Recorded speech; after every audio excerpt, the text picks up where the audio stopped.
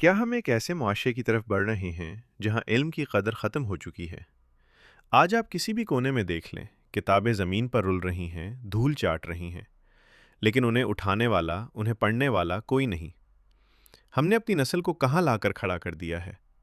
Social media اور ٹک talk کی اس چکا چوند نے ہمارے نوجوانوں کی سوچنے سمجھنے کی صلاحیتوں کو مفلوج کر کے رکھ دیا ہے۔ پڑھنے کا شعور، تحقیق کا شوق اور علم کی جستجو، سب کچھ ان اسکرینوں کی نظر ہو چکا ہے۔ اگر ہم نے اب بھی نہ سنبھالا تو آنے والی نسلیں صرف موبائل چلانا جانیں گی، مگر حقائق سے ناواقف رہیں گی۔ یہ وقت کا تقاضا ہے کہ حکومت سنجیدہ اقدامات اٹھائے، کتاب ریڈنگ کو پروموٹ کرے اور تعلیمی اداروں میں کتب خانے دوبارہ آباد کرے۔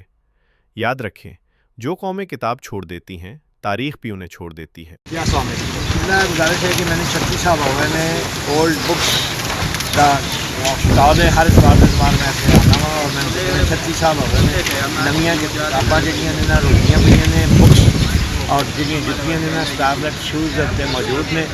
نیو یوتھ نو جب پیرنٹس نے ہر قسم کا ڈریس گڈی اور ہر قسم کی فیساں یونیورسٹی وغیرہ سے فیساں برداشت کر رہے ہیں، ایک ہی سبق دینے ہیں، ایک ہی کہنے ہیں کہ وہ پڑھو، اپنے ملک اسلامی جمہوریہ پاکستان واسطے علم حاصل کرنا، ورلڈ چیلنجز نے انہوں نے مقابلہ کرنے واسطے پڑھو لکھو، ملک اسلامی جمہوریہ پاکستان واسطے اپنے واسطے۔ جو نیو یوتھ جنریشن آندھی نہیں، پڑھنا سے آندھی نہیں، موبائل پھڑے نے ہاتھ سے، ٹچ سسٹم پھڑے نے، جہی کتاب جناب نے ٹچ سسٹم سے رکھی ہے وہ ساڈا کاروبار کا 50% وہ نقصان ہو گیا ہے موبائل کی وجہ فیس بک کی وجہ سے۔ نیو یوتھ زحمت نہیں کرتی کہ اسی آگے وزٹ کریے، آگے پڑھیے۔ جی بازار کے 5000 کی کتاب ہے جی میں اتنے 500 روپئے، لوگ نہیں آ کے رہتے، گوارا نہیں کرتے آ کے اسی وزٹ کریے، دیکھیے، پڑھیے، ریسرچ کریے۔